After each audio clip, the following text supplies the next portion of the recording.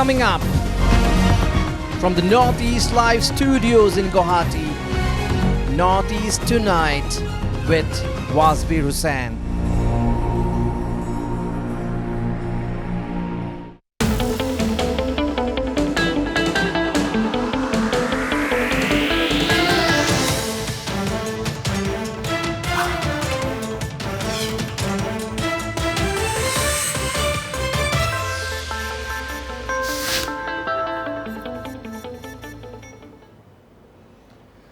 Hello and welcome to Northeast Tonight, the show that decodes the region.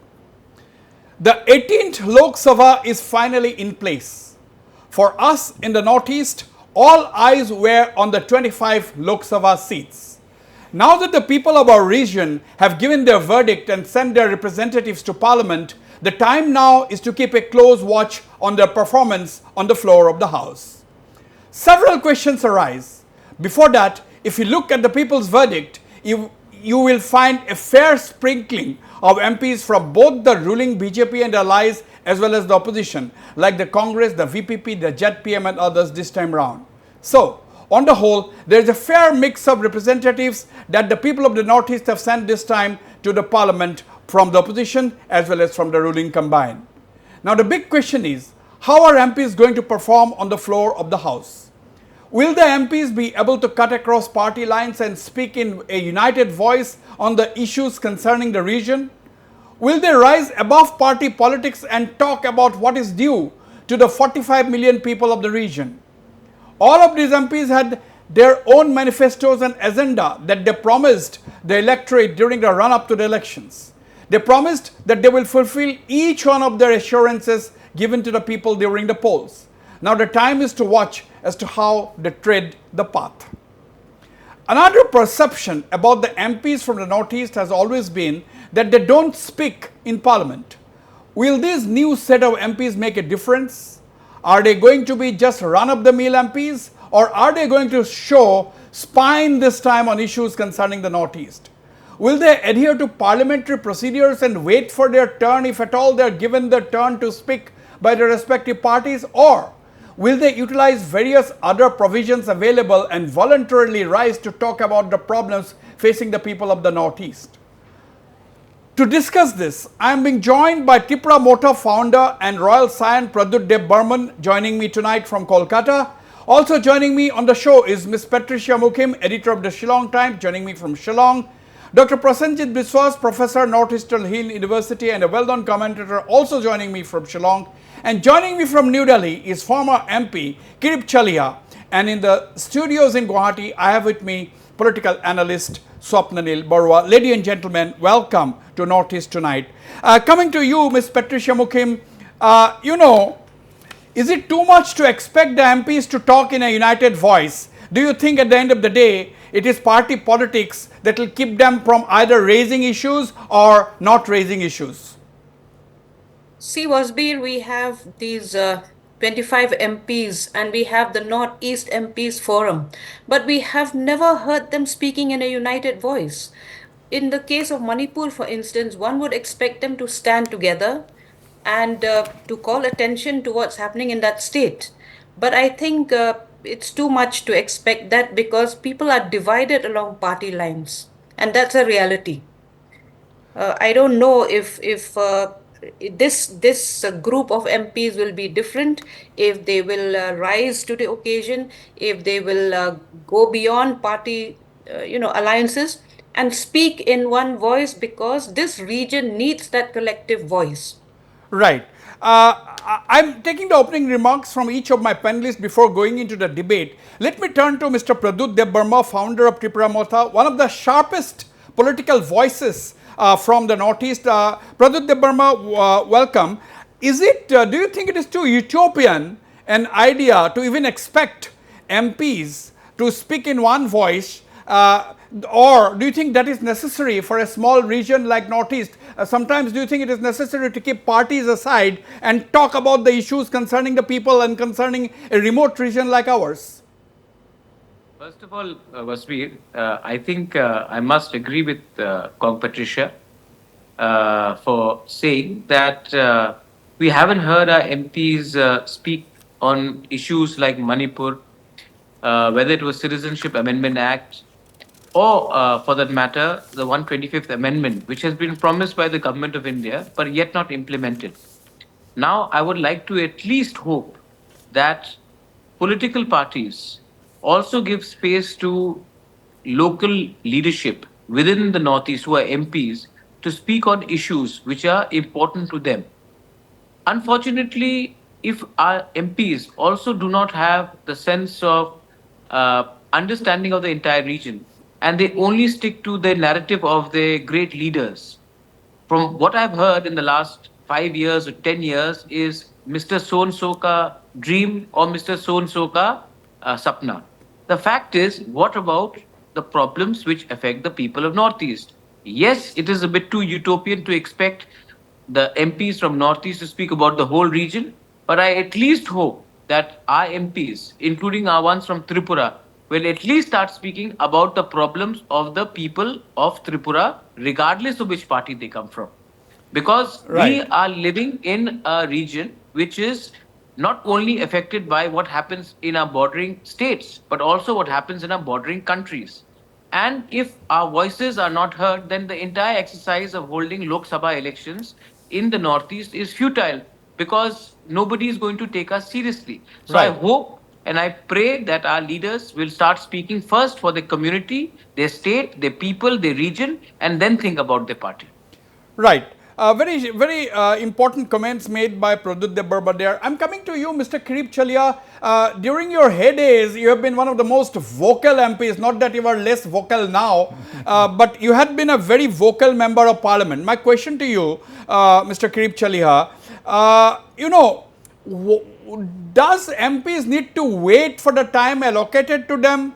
Or do you think, what is your advice to the new breed of MPs, new set of MPs from the northeastern region? How do you think they can seize opportunities to talk about the issues and problems facing our region? You see, I'll be a little blunt. Till about say 15, 20 years back, Northeast leaders belonging to different political parties were very tall leaders. They know they could assert, and there were forums like the Northeast Parliamentary Party, where only the only the MPs from Northeast had a forum, which was presided over by such luminaries like P.S. Sangma. Then and then we had the NECC also, where people used to rise above party lines and talk about a Northeast problem as a whole. Now, what Pradut said is something very, very, very, very critical, and everybody should take note of it. He's a young guy, he's the future. You see, when he says that, for example, Tripura has got certain problems. Not Tripura. Tripura tribals have got a very strong, very strong problem. And whatever has happened to Tripura has already started happening in Assam. It's going to happen in other states also. So, if somebody thinks that, oh no, only Tripura is suffering, because Pradut has now got power and we have a tribal, some kind of autonomy for the tribals, doesn't in any way minimize the main problem about what is going to happen in Northeast if there is a huge ethnic imbalance and there is a religious contradiction, or there are some other issues also. What will happen if the mainland India is not made to understand that special status to Northeast was not only because of a historical reason, but it is basic for the internal security of India as a whole. Right. Now, nobody takes any interest in this. Right. Unfortunately, we had a very, very, very, very long trail of tall leaders who could rise above state interest and talk about the Northeast as a whole, their problems. Unfortunately, there has been some kind of I would say slowing down of the activities, and I think mainly because of the rise of certain political parties and leaders who have been trained to work only for their political interests. Then what happens is the whole entire northeastern interest of Northeast has been held. Right, Kirip Chalia, I'll come back to you.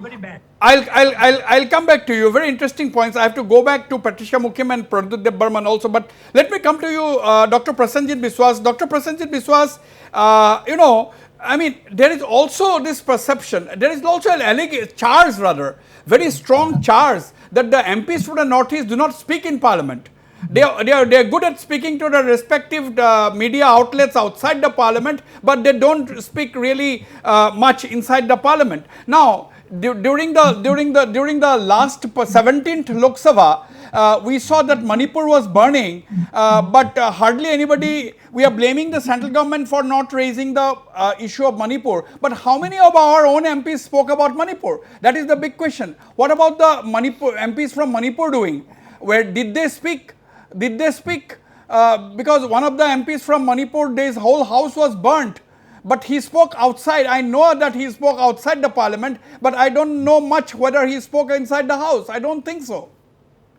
Primarily, our MPs, if they are allowed to speak by their party bosses, which we have seen in 17th Lok Sabha, the party bosses didn't really allow them to speak, even on a burning issue like Manipur. But right now, you can see Professor Akoijam and Arthur, they have been speaking freely. So there is a change of the mood of the nation. MPs, young MPs are asserting themselves. As Pradut has rightly pointed out, that the burning issues of the Northeast, of the respective regions, of every locality can be raised by these MPs in a variety of ways. Now that the Parliament Speaker is Mr. Om Birla, in whose chairmanship microphones are switched off. So you can see if a Northeastern MP wants to speak about Manipur, there is a chance that microphones can be switched off. Now MPs are potentially discouraged by the dominant parliamentary group. They should be more liberal. They should allow Northeastern parties to speak. Even the lone voices of the Northeast need to be allowed to speak more, and they should be given more time in the Parliament to speak. So I would say that it's a systemic illness that our larger system doesn't want to listen to what Northeast says. Absolutely. Look at the situation of unemployment. Our Northeastern youth are migrating in large number in the major cities, and we are not able to give them employment at home. Our institutions are falling apart. They are not funded well, our higher educational institutions. Yes, Prasenjit, I get your point. We'll come back to those specific points, Prasenjit. We'll come back to those. Attention to Northeast. Yeah, we'll come back to those. Mr. Swapnil Barua, you have seen for the last 40 years that you have been holding senior administrative positions in the government of Assam. You have seen, at least, let's talk about Assam. You have seen people like Kirib Chalia perform in Parliament, extremely vocal those days. Now the point is whether while giving tickets, is it not the responsibility of political parties to make sure that they are sending such representatives to Parliament who are comfortable in languages which the majority of the people in this country, or the proceedings in which are done in Parliament, they are at least familiar with those kind of languages? We have people who had language problems even. I'm not talking about this time. We have people in the past. I think, Wasbir, the biggest problem about, as you had said, that choosing the right candidate. I think the right candidate has not represented the Northeast ever since, I think, P.A. Sangma left. No, you cannot generalize that, please. At least that is what is the feeling, because what I am telling you is that they have not been able to make an impact. Let's say, a case in point would be possibly Mahua Moitra with her opening speech made such an impact that whether that, that carried on. That is the most important part of speaking in Parliament, is that not that you can get things done, but at least you make yourself seen and heard so that you can do. But unfortunately about our MPs is that they are chosen such that they are not allowed to think beyond their own constituencies. And secondly, they on their part also, they are not very interested in knowing about the scheme, leave aside other things, even knowing about the schemes of the 47 different ministries that are there. They don't want to develop any kind of network with the ministries, the ministers, which calls for great amount of interaction, right from the section officer, right to the joint secretary, to the secretary, and also the minister. And again, another important part is that they are not at all concerned about developing networking with the international agencies and with the respective embassies, because there are a lot of externally aided projects which can happen if you can develop certain contacts. And I personally have had experience that because of contacts, certain projects of smaller sizes, let's say 20 crores, 30 crores, can easily come to a constituency, which can make a big difference to the constituency. So I think some kind of sensitization is also necessary. Yes, I hope absolutely. there are organizations, whether in the private sector or in the NGO sector, who should sensitize the people's representatives or the elected representatives. Let me come back to you, Ms. Patricia Mukim.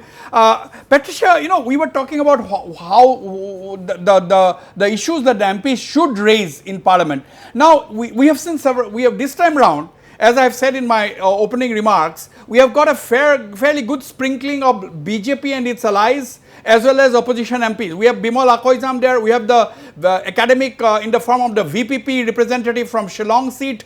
You know, so these are non-conventional kind of politicians who will be representing the Northeast this time round. Even the ZPM candidate from Mizoram is not a conventional political leader. He is not a conventional politician. So, do you expect that these people will raise the voices, will come up with real issues concerning the people, or do you think they will be sooner than later they will get acclimatized with the system and they will flow with the tide? See, the VPP candidate who won from the Shillong seat, the VPP as a party has made very tall claims. You know, their manifesto, they have a 24-point manifesto, and to ensure that each of these points in the manifesto is implemented in letter and spirit, the MP has to work really hard. Yeah, I was thinking that he would have to spend most of his time networking and with the ruling party as well, because if you're asking for the inner line permit, you will need some amendment in constitution. If you're looking at including Khasi in the 8th schedule, then also you'll need the support of the ruling party. In fact, for each of the points mentioned in a manifesto, you will need the ruling party. So once you're elected, you cannot think that you have talking points with the ruling party. You need the ruling party. You'll have to negotiate with them. You'll have to push, your agenda with them. At the same time, you also have to retain your independent stance when it's needed. Suppose there is a bill that goes against the interests of the region and the people here, you'll have to stand and contest that. So what you were saying, really flexible in that way. What you were saying, Kongpat, is basically that just for the sake of opposing, you should not oppose. You have to get your things done. That is what is that is why you are sent. There is no point in playing only party politics there, isn't it? No. Your party politics is outside of the house. In the house, you are representing your people and region, and that's uppermost. You should be speaking in a voice that carries loud and clear what the needs of the region are. We have to remember that this region shares only 1% of its boundaries with the rest of India, and right now in Myanmar we are having a lot of problems. Absolutely. The spillovers on this side. Yes. So is this even going to feature in the Lok Sabha? That is a very good question. Let me come to Pradut Debbarman. Pradut, is it easier said than done? An MP has to get things done for his constituents. For his constituency, for his constituents. That is the electorate, that is the people. So, is it always necessary to play, I am Congress, you are BJP, I am this, I am that, and then not get your things done at the end of the day, and then again you go at the end of the 5 years and promise the people that I will do this, that? See, first of all, let's look at the setup of the parliament. If the MPs from Northeast don't speak now, when you have a very strong opposition and a not so strong government, this is not a 400 par ki government. So, if we, the regional parties from the Northeast, can unite now and push for the 125th amendment, let me tell you very categorically, Wasbir, the reason why we had strong regional leaders, like one of the commentators said before this, I think Mr. Chaliha also said, when you had S.C. Jamir or Mr. Purno Sangma, Captain William Sangma, G.G. Swell, Apang in his prime, you know why we had such big stalwarts as Mr. Saikia, as leaders in the Northeast? Because their main competition were from the regional parties. And if the national parties needed to win elections in the Northeast, they also could not do away with the regional sentiment. What has happened is that in the entire Northeast, primarily your state of Assam, it has become a BJP versus Congress fight. Both our national parties and our regional sentiments, sentiments of Karbis, sentiments of Bodos, Dimasas, sentiments of smaller tribes in the Northeast, Khasis, Garos, Jaintias, us, the Prasa people, our sentiments of within Assam, of Upper Assam, Ahoms, what has happened? Our sentiments are now brushed aside into India, Pakistan, Hindu, Muslim, Christian, and that is the way you are looking at the Northeast. In Manipur, 300 churches got burnt. Did anyone even speak about it? Why didn't the two MPs, who are actually MPs from Manipur, outer and inner, at that moment, speak about it? That is the reason the public have shown their anger. In Tripura, we are suffering. We have signed an agreement. Everybody is saying that Pradyot is in power. I don't see any power unless my people don't get any power. So we are also waiting and watching.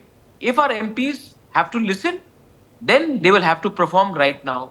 If they don't, patience is running thin. They may be anyone. They may be my sister, maybe my friend, maybe from my party. I don't care. If they don't speak for my people, if they don't go for what they've been voted for, then their time is limited in the parliament. Now, do you regret now the fact, I'm slightly going out of context of this debate, but now that you have raised the issue, and as always, Pradyot, you speak your mind out extremely bluntly, which is very rare to find these days among political leaders. Now, since you have raised this issue, I'm going to ask this question. Looking back, do you regret having fielded your sister on a BJP ticket? Do you think you should have fielded your sister on a Tripura Motha ticket? No, ideally, I would have loved to fight the Tripura Motha ticket. But the situation was such that the understanding was given to us that the government of India will look sympathetically into our constitutional solution, but we have to concede that seat to the BJP, which is a national party. In that situation, the best we could manage was to ensure that somebody who will listen to the sentiment of Tripura Motha, which speaks for the indigenous people, will send their candidate on any symbol. But it does not change the fact that our constitutional solution, the problem of our people, the land, the illegal migrants who are coming in from Bangladesh, if this is not stopped, then the post of MP is not important to me or to my sister or to anyone. The position that we have to protect the indigenous people of Tripura and that of the Northeast is primemost. Now, do I regret? I don't regret. But the government of India also has to understand they gave a commitment not to Pradyot, but to the people of Tripura in public view. Now that commitment has to be honored. We cannot wait in perpetuity. We want to see action taken on ground.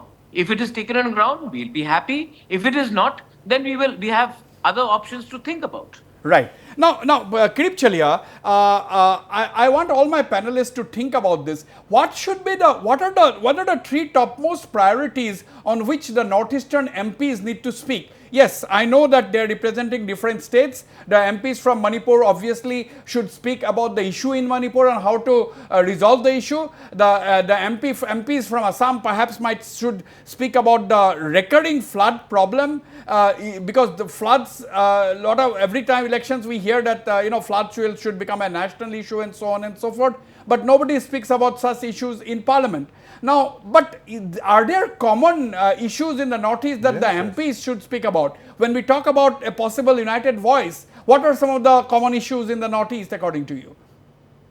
I'll come to that. But before that, I think if I don't speak this out, it will be wrong. Let me tell you, when you look back, you'll find that it's mostly the non-Assamese MPs who have been very vocal, who have been very effective, who have been always talking about unified stand on certain issues for Northeast. Unfortunately, Assam, some or other, because of various reasons, seem to have kept themselves away, due to which it was in isolation. We tried to reduce that margin, but it again has got bigger and bigger now. But what you said is very interesting. But let me put it another way. Why should Manipur MPs only speak about Manipur problem? I'd say, why not an Assam MP who speaks about Manipur? Why not an Assam MP? Why not speak about problems in Tripura? Why not a Meghalaya MP speak about the problems in Arunachal? That was the spirit. That was the spirit, and that had taken place. Mr. Sangma had spoken so many times about Assam. We had talked about Manipur so many times when we are there, when nobody criticized us. And let me tell you about party discipline. Now, party forms a line. But Wasbir, you know very perfectly well that when there were times when Congress party was at some kind of headline fight with certain issues, we young MPs, we did not care. We spoke out, and Rajiv Gandhi congratulated us and said, okay, you are taking a right stand. How was it possible? Prajut also knows that during his time when we was in Youth Congress or somewhere like that, he speaks. I don't think any party boss has got the guts to prevent us from doing that. Unfortunately, the fault lies to a great extent on ourselves. There are in our Wasbir, you politics. are asking about the three issues. Yes. I think the three issues which concern the Northeast, which foremost comes to my mind is, one is the issue of communications. Are not really very vocal. They don't have that kind of Kirip, I think efficiency we are not. because Right. Kirip, Let us. Yes, absolutely. Now, Sapnal Barua wants to list out the three common issues. Yes, Sapnal Barua. I think the three common issues, or rather four, that would be, is that one is the environment, second is the communications in the region and out from the region to the rest of the country and abroad. I mean, you still have to go to Calcutta for a visa. I mean, these kind of things are problems. Then again, the major issues which concerns all the northeastern states is the question of employment. I think unless we talk about an employment strategy for the northeast as a whole, which will require a hefty lot of investment, we will not be able to. And again, the raising of the issues by the MPs of these regions, the 25 MPs, is that the information about the problems of each neighboring state. No. That I think is a big lacuna so far as, at least for the 14 from Assam, they are not aware of what is the problem with Tripura, they are not aware or concerned about the problem that is with Manipur, or for that matter of fact trying to solve the border issues, how important it is, what is the bone of contention, these kind of issues, unless they know. Let me, absolutely. And also the Sapnil most Barua. important thing is, I think all our MPs should go really, spend a month in reading the Constitution. Reading the Constitution, but more, I'm coming to you, Prasenjit Biswasa. Let me go to Patricia Mukim once again. Sapnil Barua said that our MPs should spend a month reading the Constitution. But I would say Northeastern MPs must begin by traveling to each other different states in the Northeast. Yes, absolutely. The MP from Shillong should come and travel the whole of Assam or Manipur. The entire MP delegation from Northeast. Don't you think, Patricia, don't you think, Compat, don't you think the entire 25 MPs from the Northeastern region newly elected should visit Manipur? Of course. No. For that, they need to form a very cohesive platform, a bond. They should bond with one another. They should revive that Northeast MPs forum, because I think it's dead, or it's been thrown into the dustbin, because there's too much of party politics. I think people should learn to rise above party politics when the call demands that.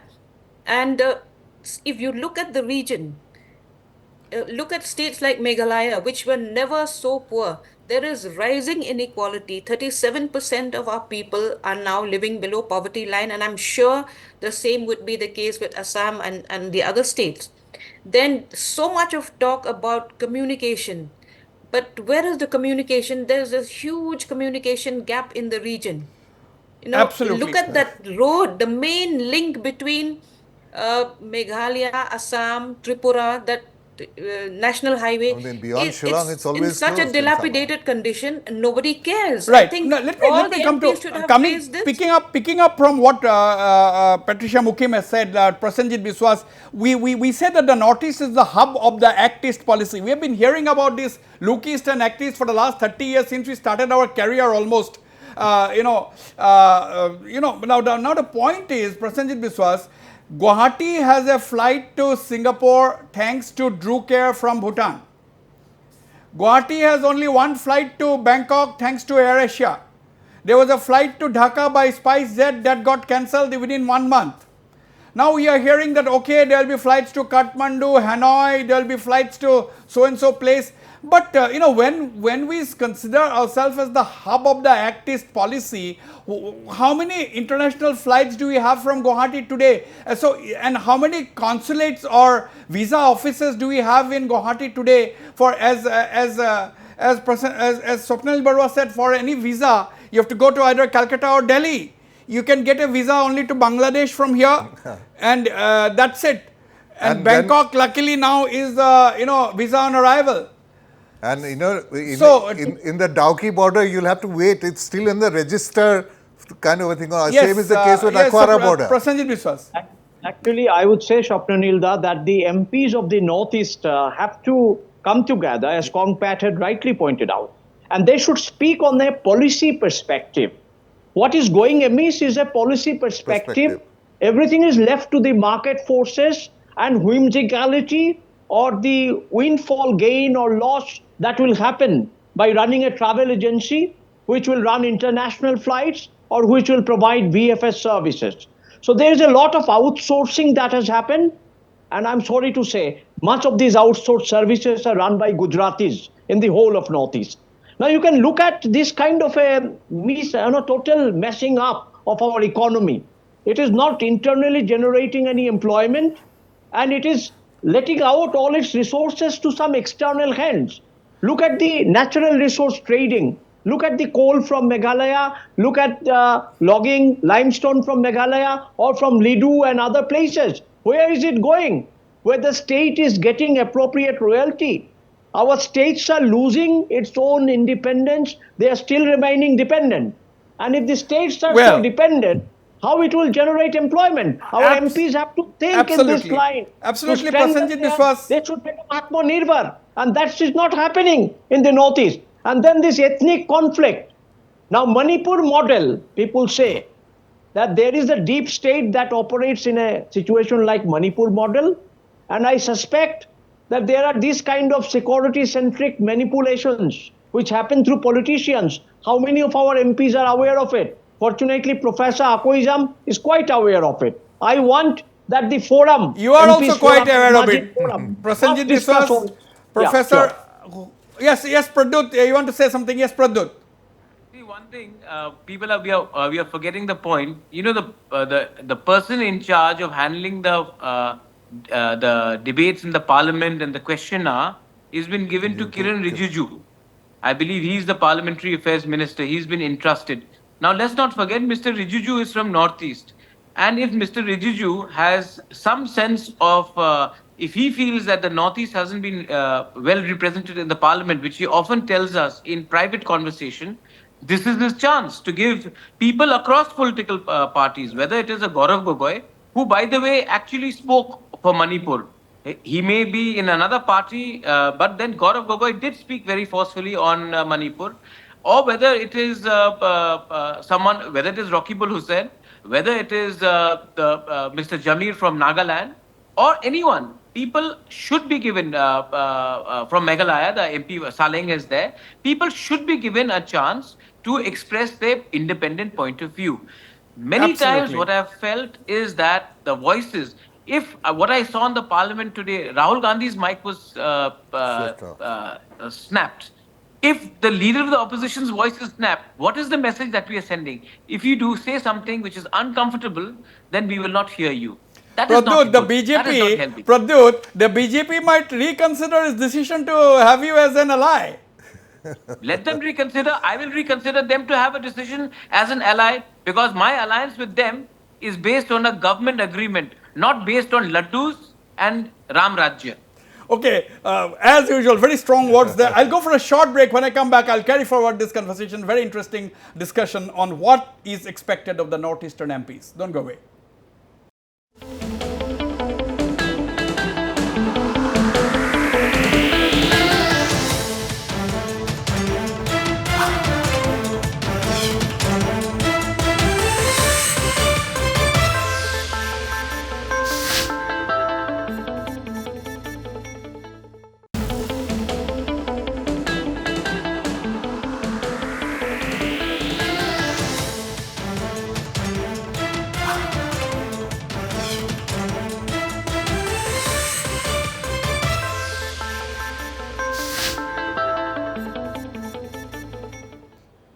All right, welcome back. Let me go once again to Prasenjit Biswas, and before that, let me go once again to Pradyut Debbarma and Patricia Mukim.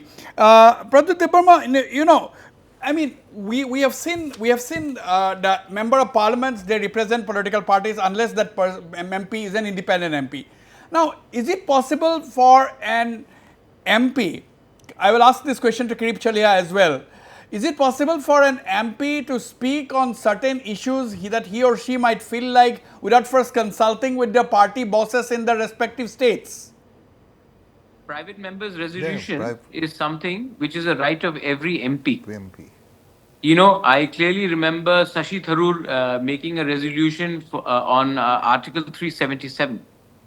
And there are many forums where I think there is enough freedom given within the constitution of India for an individual MP to move a private member's bill resolution. Now, coming forward, will the party allow you to do so because it embarrasses them? That is a separate subject.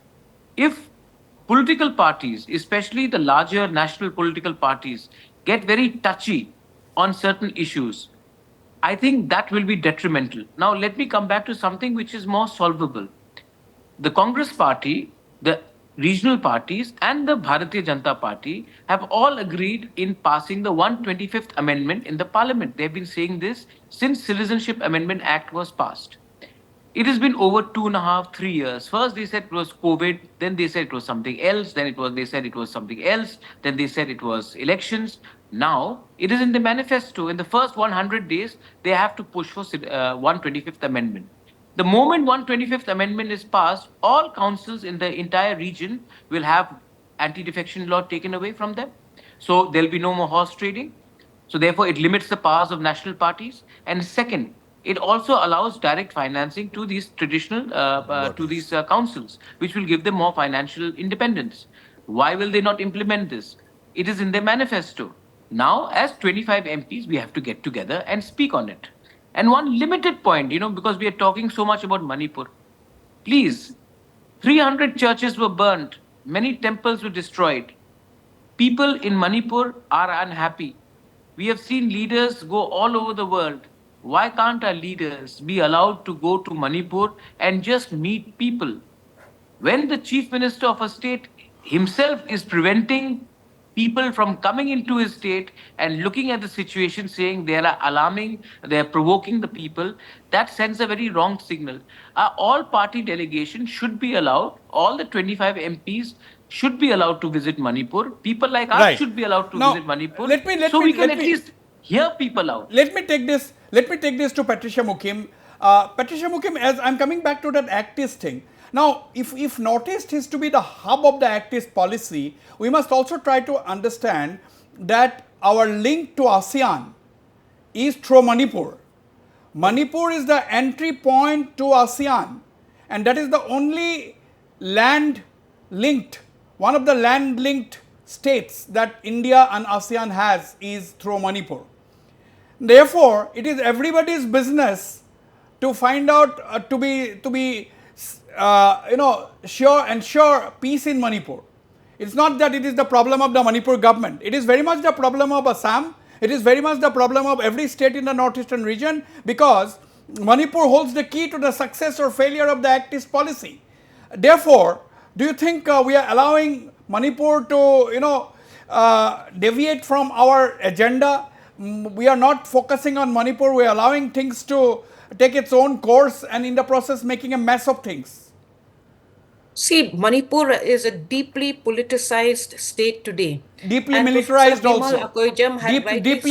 Deeply militarized also. Militarized.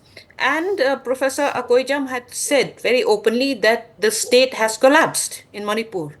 I think that is a very right reading of the state of affairs in Manipur, because even now, you see, the violence has spread to Jirebam, and then nobody really cares. When you talk about the AcEast policy, I'm sorry to say, but are we in the northeastern region really ready for that? What is it that we are selling to the Southeast Asian nations? for us, Meghalaya especially, we always speak about having to look south. For us, Bangladesh is the market. Now, do we have things in place? Are we able to use Bangladeshi ports for onward transmission of our export products? We don't even today. And there's no serious talk about all these linkages. More is almost dead now. You can't think of trade through that. And through Mizoram, what is that? There Sitwe is a port. port. There's a land port there as well. Yes. That also we don't hear about it anymore, and Right. we know that it's more for Right. security reasons. Right. The Kalaidan port. So we have these two MPs now who are actually non-aligned MPs, one from Mizoram, one from Meghalaya. I'm only wondering which lobby will they be in? Will Right. they work together with the other 23 yeah. MPs? Which now, Prasenjit Biswas, what should be the role of the northeastern MPs?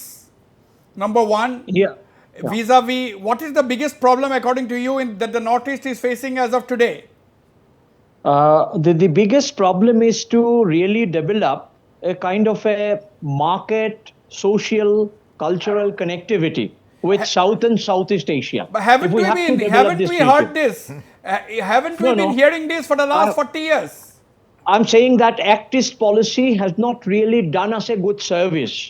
The roads are not, trilateral highways are not working, the seaports are not, they are getting shallow and shallow. So therefore, because of security situation in Myanmar, so I think we have to redraw the policy again, for which we need a bigger public opinion.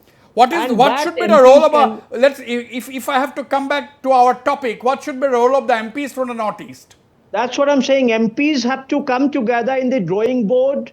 They should look at the nitty-gritties. They should involve policymakers, thinkers, various sections of society in order to rework a policy perspective on the entire Northeast in a holistic manner.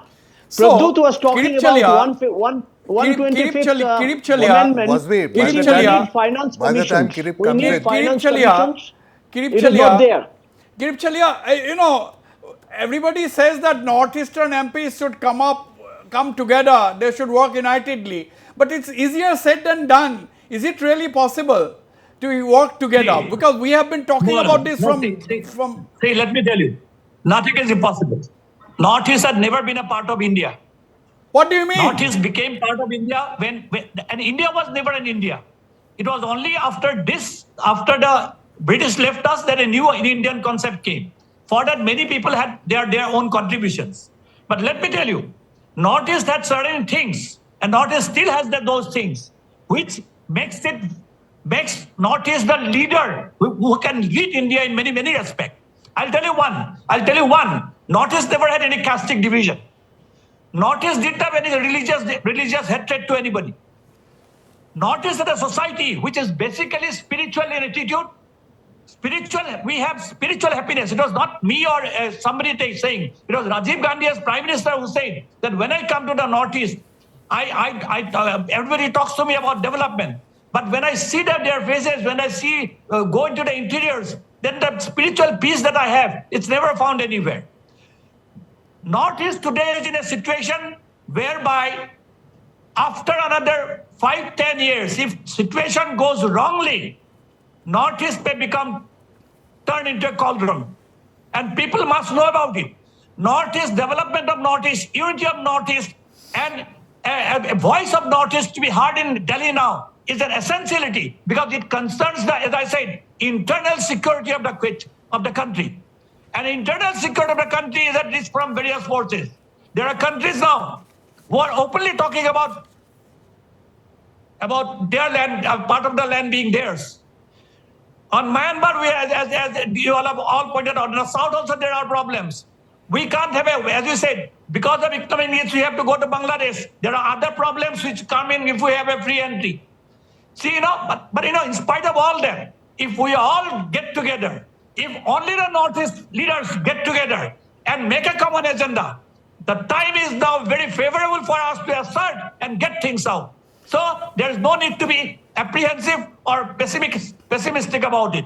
Let us start, and it will start. Some younger people are coming up. Nobody thought one day Pradyut will rise alone, without anybody's support, and bring out a party and become victorious. That is what he is. Nobody knew that this time Nagaland, Congress MPs will win, or for that matter, in Mizoram, a new group can come up. Things change, and things change for the better. We must all assert and help one another. That's all. Pradyut Debarma, very simple formula. Is it doable? I think it is definitely. I would definitely like to. I'm very happy that Mr. Chalia is saying. There are very familiar faces in the panel. It's not that I have not discussed this with Kongpat many times over a lovely meal. I fundamentally, I'll tell you, Wasbir. Can I be very honest? If you can just give me 1 minute. Yeah. You know why I think I have failed as a politician? Because I meet youngsters, degree holders from my community, the Tiprasa boys and girls. They come looking for jobs. They are 22, 25, 27. I can't give them jobs. And then we talk about policy makers having a vision of 2047, 2030, 2036. All these boys and girls who are looking with aspiration that kal naukri mil jayega, we'll get a better life tomorrow, we'll get a better employment generation opportunity. All these boys and girls, they are unemployed and they will remain unemployed. And I feel every day that I have failed. Despite becoming a successful politician, I have not been able to give my community, my people, a better economic life. And till the time we cannot bring up our people economically, we cannot secure our borders. Bangladeshis are coming in day out, and yet we are increasing our population, and yet nobody wants to address that.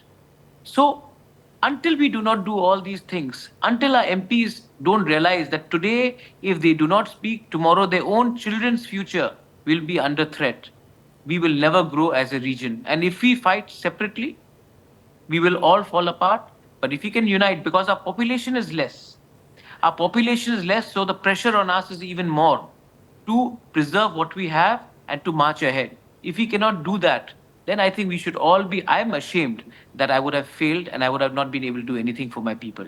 So when you talk about me talking harshly about ally, I don't want to be conventional anymore, because I rather die one day with my head held up high than live and die with a tragic end like what has happened to so many of the alliance partners. I would rather fight for my people today than live long but with my head held low. So that is very important. If we want to do that, then we have to. So let me get a further clarification from you. You consider yourself as a successful politician or as a failed politician? You use both words. I would consider myself as a smart politician, but I am failing till I can't give my people jobs and development. Whoever calls you a failed politician will also have to admit that you are a successful visionary. Maybe that is better to say that, but that's again because of the company I've spent with Auntie Kongpat and Mr. Kirip Chaliha. Spent time with Mr. P.A. Sangma, my mother. These were people, Gigi Swell, B.B. Lingdo. These were people who had a vision, had depth. Today, when I meet these people, everybody is talking about हमारे leader का सपना, उसका सपना, इसका सपना. What about the people का सपना? What about our dreams? What about our wishes? So I think, it does help. Our level of leaders who have come up from the Northeast in the last 15, 20 years has gone down.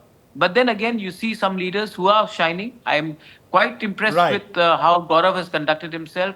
Our MP from Manipur. There are times when I've seen Mr. Rijiju speak very well when he was in the opposition. So I think that there are sparks of talent. I think we just need to develop a spine. Absolutely. Develop a spine. Final comments from you, Sapnil Barua. Wasbir, I had talked about institutions. I think all our 25 MPs should finally go and decide within the first 6 months as to whether you need these two things, the donor ministry and the NEC in Shillong. Because over the years they have been around and now they have virtually become post offices. In fact, the joke around in Delhi is that it is a donor ministry is a ministry of donors. One is the minister, the next is the secretary. Other than that, they are absolutely toothless, doing nothing.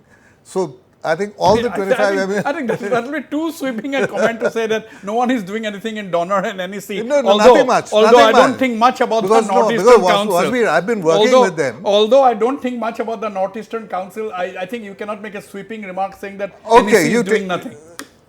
I mean, the expectations and what has happened in ground reality is absolutely nothing has happened. Final comments from you, Prasenjit Biswas.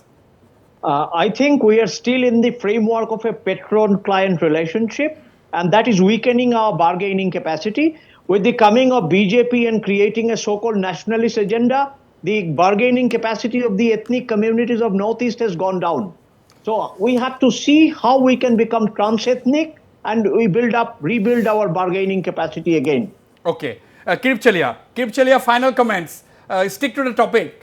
I think I'm pretty sure that with the change of this coming of this government and the change in the character of the government, I think we'll have ample opportunities now to grow stronger. And we hope that people like Patricia, people like the younger generations, the new ones, they will take the lead, and we will be able to support them substantially and do something for the region and die peacefully. Let's hope for the best. We all want to die peacefully. Yes, Patricia Mukim, final comments from you. Thank you, Mr. Chaliha, but I'm not, I'm not a politician. I'm a political observer. I continue to be that, but I would never get into the rough and tumble of politics. But I have a lot of hope in the new faces that we see from amongst the new elected MPs. I hope that people like Gaurav Gogoi can bring them together, that even Mr. Rijiju will rise above his party affiliation, bring them together, and bring out a roadmap as to what is actually a critical need in the region. And I think, we really need to look at the poverty levels. You can say many things, we can have many fancy ideas, but if we are not able to handle the rising inequalities, we are going to have another insurgency. Please believe me when I say this. Absolutely. We have 25 very interesting MPs in the 18th Lok Sabha that the people of the Northeast have sent this time around. There is as I've said, there is a fair sprinkling of the BJP, its allies, as well as the oppositions like the Congress, or for that matter, the VPP, JETPM, and so on. I think all of these people, for some time, these MPs need to think above party lines. People may call me utopian for even talking about that, but I think they need to rise above party lines and think about the Northeastern region. Even 75 years after independence, we have issues that we have been dealing ever since independence. Like, for example, take the case of Vijayanagar. We are celebrating that there is a road that has reached Vijayanagar on the border with China in the state of Arunachal Pradesh only a couple of months ago, and we are celebrating that. And I think it's a pity that we have had this road 75 years after independence. But it all depends on our lawmakers, and we are the people who have selected these lawmakers, and they better perform or perish. And with that note, I thank all my panelists for joining the program and the viewers for watching the show. Good night and goodbye.